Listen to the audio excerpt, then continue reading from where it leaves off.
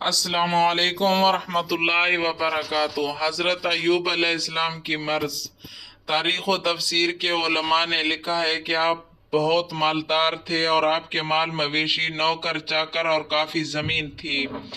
अर्ज़ हवरान के तनिया का इलाका आपकी मलकियत था। इब्न साकर रहमतुल्लाह अलैह ने लिखा है कि ये सब ज़मीन आपकी ज़ात मलकियत थी और आपके अहलो अयाल कसीर तादाद में थे।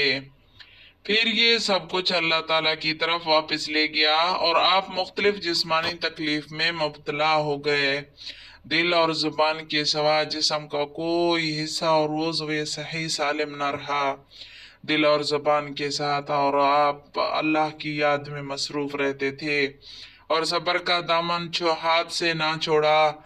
आपने उन तमाम जिस्मानी माली मसाइब में अल्लाह से सवाब की उम्मीद लगाए रखी और हर वक़्त अल्लाह की याद में मसरूफ़ रहे।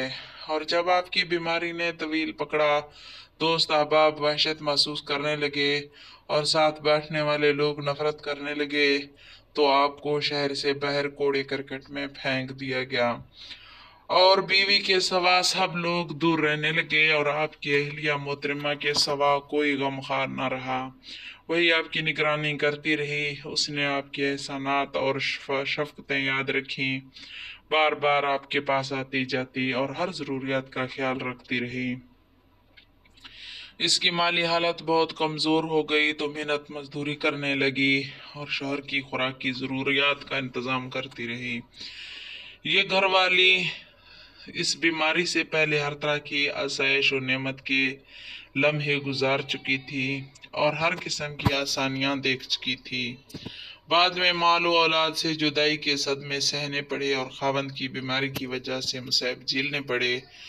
लोगों की खिदमत और माशी बदहाली की गिरा बना रही भी उठानी पड़ी, लेकिन इस अल्लाह की बंदी ने इंतहाई सब्र का मुजाहरा किया। हदीस में है कि नबी सल्लल्लाहु अलैहि वसल्लम ने इरशाद फरमाते हैं कि लोगों में सबसे इब्तदा आजमाइश में अम्बिया है, फिर वो लोग जो अम्बिया के तरीके पर चलते होंगे।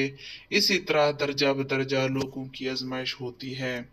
और आप सल्लल्लाहु अलैहि वसल्लम ने फरमाया, कोई आदमी दीन में जितना ज्यादा मजबूत होगा उतना ही उसका ज्यादा सख्त इम्तिहान होता है।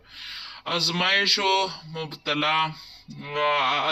व इब्तदा की हर किस्म से सबका पड़ता है और आपको सब्र सवाब और हम्द व शुक्र में मजीद पुख्ता कर दिया, हता कि आपका सब्र ज़रबुल मिसल बन गया और आप पर आने वाले मसाइब भी ज़रबुल मिसल बन गए, क्योंकि वो भी अपनी मिसल आप थे।